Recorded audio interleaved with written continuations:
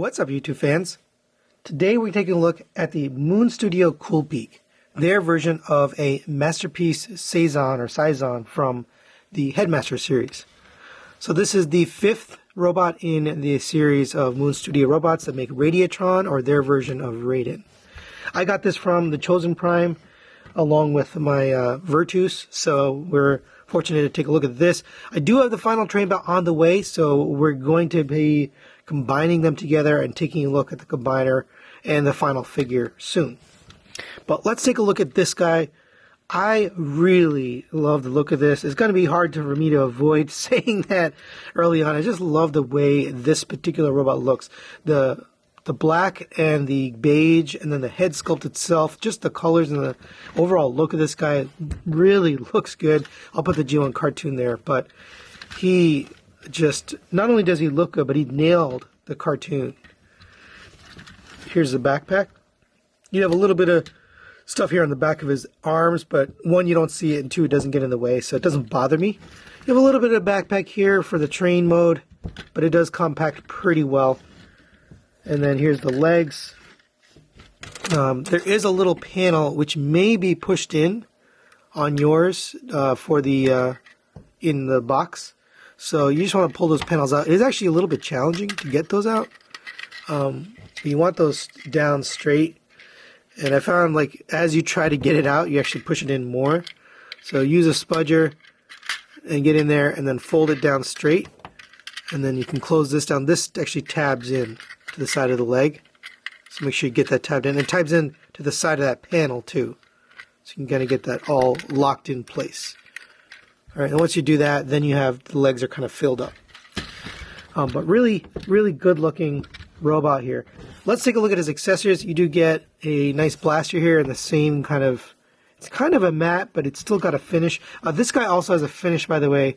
It's a kind of a glittery metallic-y beige and also a metallic-y silver. It really does look good. So this you can put in the hand just like all the others with the tab. Nice looking weapon there. You also get this, which doesn't really mount here in the robot mode, at least as far as I can tell. But it does open up. So if you just get a fingernail or a spudger in here, you can open this up into wings. And I thought to myself, it'd look really cool if you could put this in here. Now, I haven't found a good way to get it in.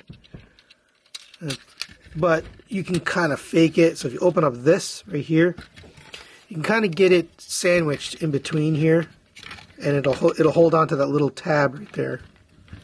So you can just close that up like that. And it's just balancing there, but he looks cool with those wings. If you want to use the accessory in this mode, you can, but I don't think it's meant to, but just wanted to show that. But those are his accessories. Let's go over his articulation. The head is on a ball joint, so it goes down to there, up to there. Really wide range of motion on this head, but there's even more because there's a neck.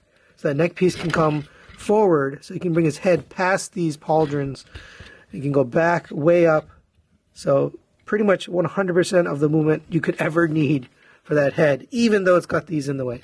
Shoulders rotate all the way around on friction, out to the side on friction. Sometimes it does pop this panel off. I'll just show you. So if I go past the point, you know, it's only supposed to go up to there. If you go past that, it pulls off these. It's just tabbed in two spots. So you want to put that in firmly. Just give it a nice push so it locks in. During normal articulation, it doesn't pop off, but if you go past the point where it stops, it will come out.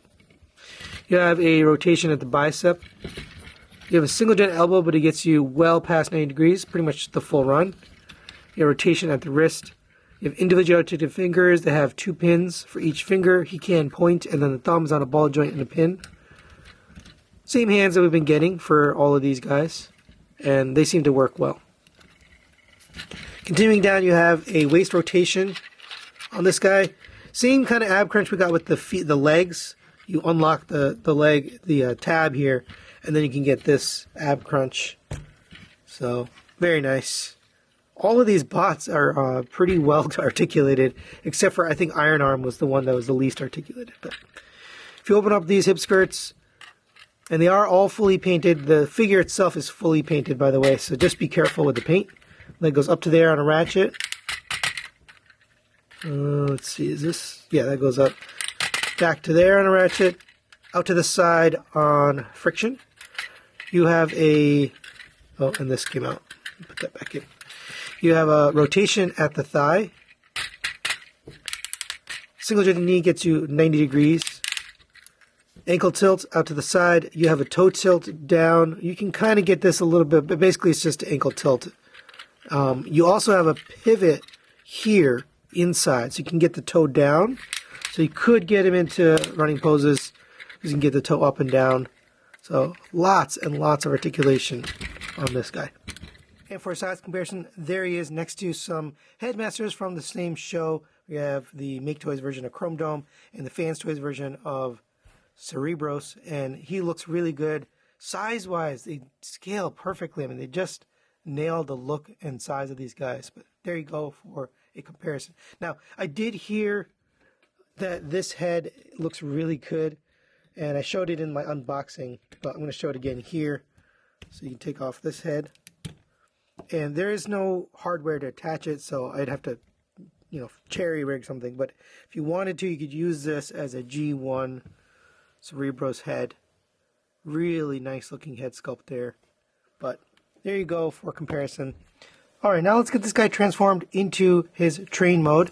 It is a relatively simple transformation compared to the previous two Torso Bots, Iron Arm and Shuki. I forgot their third-party name for him. But this one is definitely kind of back to the way they did the legs. So I imagine the next arm is going to be the same. So let's start down here with the legs. And they're symmetrical. So go ahead and open up this toe piece here. We're going to take this toe and fold this in. It's going to collapse down, double hinge, and go into the foot. Open up this panel here and this panel here. That makes the back of the train. We're going to take this, rotate this up and out just for a second. That's going to give us some room to work. This panel here, we're going to open up this. And this panel right here is just a filler, so you can fold that in. When you first get it, that panel might not be out, so you may have to put that panel out. But you're going to accordion this leg down. Before you do that, you want to take out this panel. I always forget, and this panel is kind of annoying to get out. So you want to unhinge the knee from the front, so push this back, and that'll unhinge it. Then you're going to open up this gray panel here, and that's going to give you space to pull this back forward and up. So now that you have this up, that's going to give you clearance to open up this little black panel that's on the inside here. Right, so it should look like that. Now we're going to take this entire knee, accordion that all the way down into here. It should sit nice and flat. This is going to come up and on a double hinge here, so we're going to double hinge it upwards so it sits on top here like that. So 90 degrees. And then you can close this back down, and that's going to sit underneath. And this is going to kind of peg right into that. So it just kind of holds it. It's not like solid, but so that's ready for this other side. Close this down. This is going to attach back in and then tab in here and here, and that's what the train's going to look like. All right, bring this down. All right, so now we're going to do the other leg. It is identical. It's exactly the same. So we'll do that off camera. Be right back. All right, now they have both legs done. Go ahead and tab them together. There's a bunch of tabs in here. One on the bottom and then two on the top. And then we're going to do the wheels last. This is important to get it squeezed together. This mode doesn't matter as much, but you need to get these pegs together, and it's kind of hard to get in there. So what you can do is take this out of here again, lift it up, and then get two fingers on this and squeeze it together. That needs to be together, and later we're going to go into combine mode, and I'll show you that also needs to be together for combine mode to fit properly. All right, but now we squeezed it together. That's what the back of the train looks like. So go ahead and take these pauldrons, rotate those around 180 degrees. Take the head, and that's just going to sit there for now. Come to the back here, we're going to unpeg these arms. So you can just actually lift up here and then lift up, and that'll release this panel from here. These are on a double hinge. So you're going to rotate that hinge around, and that was hard to see, but this panel flipped around the other direction, and that brought the shoulder back this way. So once you do that, rotate this to the back, and this is going to fold inwards. You can fold up and just take this backpack off and let it sit loose. By the way, this backpack is attached in 2 places. There's a tab in the center of this black piece that tabs into here, and then these 2 side pieces slide into here. So that kind of all holds it on there. But hold that down. We're going to take these panels and open those up. Open up this on the side of his arm. And you actually, I guess you want to open that before you fold it down. If you open up this here, there's another panel here that you don't want to forget about. So open that up. And then come to the inside of the chest here. It's a little tricky, but there's a hidden panel right here. So you got to open these.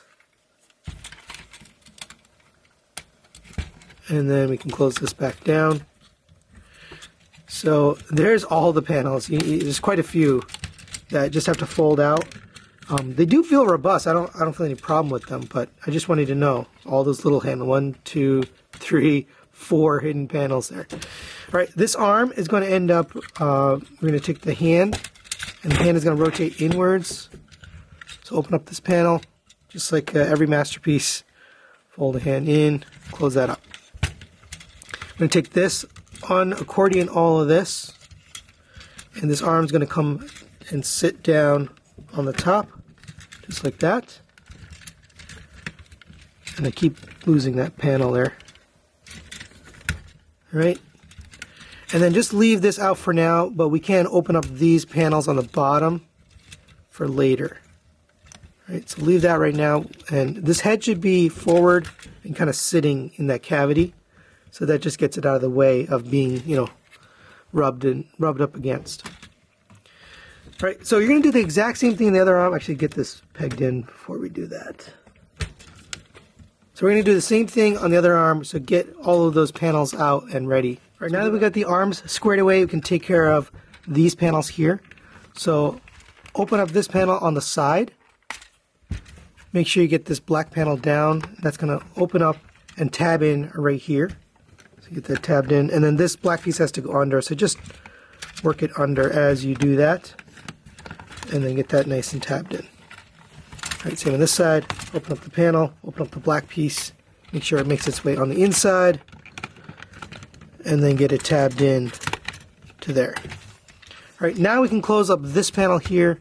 So this is just going to sit on top. This is a over/under. I guess there's puzzle piece tabs. So make sure you put this right side or this side on first.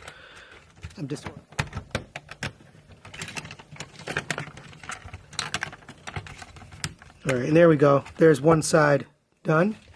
So same on this side, except these are going to end up in here at the end. So make sure you get those tabs in. But work the side ones first. Make sure this one works its way down. And then for these, I recommend taking a spudger, stick it down the center, and that will give you a little bit of resistance behind it. Otherwise, these tabs will just push in like that. So put this down in there, and then you can push against that. And that's how you're going to get it all squared away. Final steps here, take this, open up these, make sure they're extended. This is going to come around and fit into the front of the train. And make sure these come into the side. Okay, there we go. And then take this panel here, and this is going to sit on top, obviously. There's two little pegs right here, so make sure that makes it in, and then this is going to sit behind it like that. Come to the bottom here, you're going to take this panel, and we're going to rotate that forward on a double hinge. It's going to tab down into here. Then you're going to open up these wheels. It's got the same locking mechanism as the previous trains, so make sure you engage the locking mechanism. I find this to be kind of annoying because there's nothing really holding this, but you can get both of these. I'll do the other one off camera. And then these, same thing, open this up. And I guess we never tabbed these in. So bring these close together. And then get these tabbed in. And then once you get it on top, again, these are over-under tabs. Push it down on top to connect them. There we go. And then do the same thing with locking tabs for the front wheels. And there we have Coolpeak in his train mode. Again, really beautifully done. Got that nice red stripe across the side. You have the translucent pieces here, yellow up here, silver paint accents here, the shaded black windows here and here. Little door there. Here's the back of the train. All sorts of detail on top. I guess air conditioner or whatever. I don't know what these are. I'm not a train guy, but lots of little details on there. Here's the bottom. Pretty clean. You do see the hand there, but you're not going to look at the bottom anyway. It does roll. If you do have those Lego tracks, you can put it on those Lego tracks, but it does roll on its own without the tracks. You can take this piece here, and if you split it, open it up, there's a tab right there. That's going to fit right there. So if you want to store this, it might look a little silly, but you can store this on here. And is there a spot for this left? I guess there's no spot left for this. So either you store that or you store this. I guess you can't store both. You just leave that like that. But your option, you can do what you need to do. And for size comparison, there it is next to the Transform Element Optimus Prime. Again, too small to be, and actually scale with this, but it doesn't matter to me. This is big enough. I think it looks great in a Masterpiece collection. Even though it's not the size of an actual train car, I like the way it looks and I like how it scales. So there you go for comparison. And for another size comparison, there it is next to the Iceland figure, also from Moon Studio. Of course, fits in perfectly. I'm not going to transform all of these guys back into train mode. Iceland's actually the easiest to transform from combined mode. Of course, he does come with the connector piece here, the magnetic piece. It's exactly the same as all of the others we've gotten. Come to the back here. Let's see, how do we want to connect this? I guess we will put it on the front. I don't know. Doesn't matter. Well, there you go. You get the idea. You can connect them, drive them around. If you have some tracks, you can put on the tracks together. There you go for a comparison. Alright, now let's get this guy transformed into his combined mode, which I think most people are interested in. Go ahead and come down to here. You can close down the little retaining tabs. And a little secret, I never close them all, so it's going to be easy for me. For this one, you're going to detach the tabs here because we need to take this out. And this can be a little tricky, but there you go. And we have to take apart this back piece, and you can see the hand is right here. So actually, you can lift up on these fingers, and the handle will pull straight out. Really ingenious. I love how they stored the hand in there. You get a full-size hand. This is, it's not all-in-one, but it's pretty darn close to all-in-one because it stores the hand inside the train. I love, love, love that it's inside there. But really nice-looking, hefty, die-cast hand. And it looks beautiful. It's got the Thanos kind of style jewels there. But we'll set that aside because we're going to need to do that a little bit later. So come to the back here. We're going to basically untab this back piece. So we have to kind of take out some of this that we put in already. So we're going to unpeg these. And we're going to open up this panel here. This is going to fold backwards and tab back in and then fold that up. Same on this one. Untab this, tab that in, fold that up. I'm going to come to the inside here. We're going to take this apart. I recommend a spudger because, your fingers are going to be hurting after all this. So the spudger just makes things easier to kind of pull apart and separate. But this one is also very, very tight, so you need a spudger in here. And all of this is necessary for the combined mode, so we do have to take it apart. All right. Open this legs up so you get a little more room. Let's see. So we're going to take this panel here, and this can be lifted up and out. Just give yourself some room. Fold this down, and that'll give you a little bit of room as well. This is going to end up being the combiner port. And then we're going to take the leg, and this has to fold downwards. So the best way to kind of get this out of the way is open up this, take your foot out of here, and remember we double hinged it down into there, so you're going to double hinge it back out and onto the roof for now. This is going to come in and sit in there and take its spot. So fold that down on the double hinge. It can be a little ornery to get in there, but that's going to sit right in there like that. And then close this back up. Take the toe and just sit that flat on the top. Right? Go to the bottom, fold this out. You can leave this like this, but we're going to take the leg, and this leg is going to have to rotate down on the knee, just like the leg bots did. This is actually doing the same thing. So you're going to fold that up until it's perpendicular. Next, come to the back here and rotate this the other direction, and then fold that down. We're going to take this piece here, which is going to become the combiner port, fold this up. It's going to tab in right there, and just leave that there for now. All right. So we have to do the exact same thing on this side. I'll do that off camera and be right back. All right, now they got both legs kind of folded correctly. We're going to take these, and there's 1, 2, 3, 4, 5 tabs. So get all those in. Do that a nice squeeze. We are going to have to take this apart later, so you don't have to squeeze the top part in all the way. Just get the bottom kind of together. And the top, we're going to end up putting this onto the combiner. So just leave that a little bit loose for combining purposes. All right, now I'm going to come to this part here and take care of the front of the cab. So open this up and bring this down, and take this, and this is going to fold down and sit here. All right, and then while you have this down, we're going to take this front panel and we have to fold in this piece here.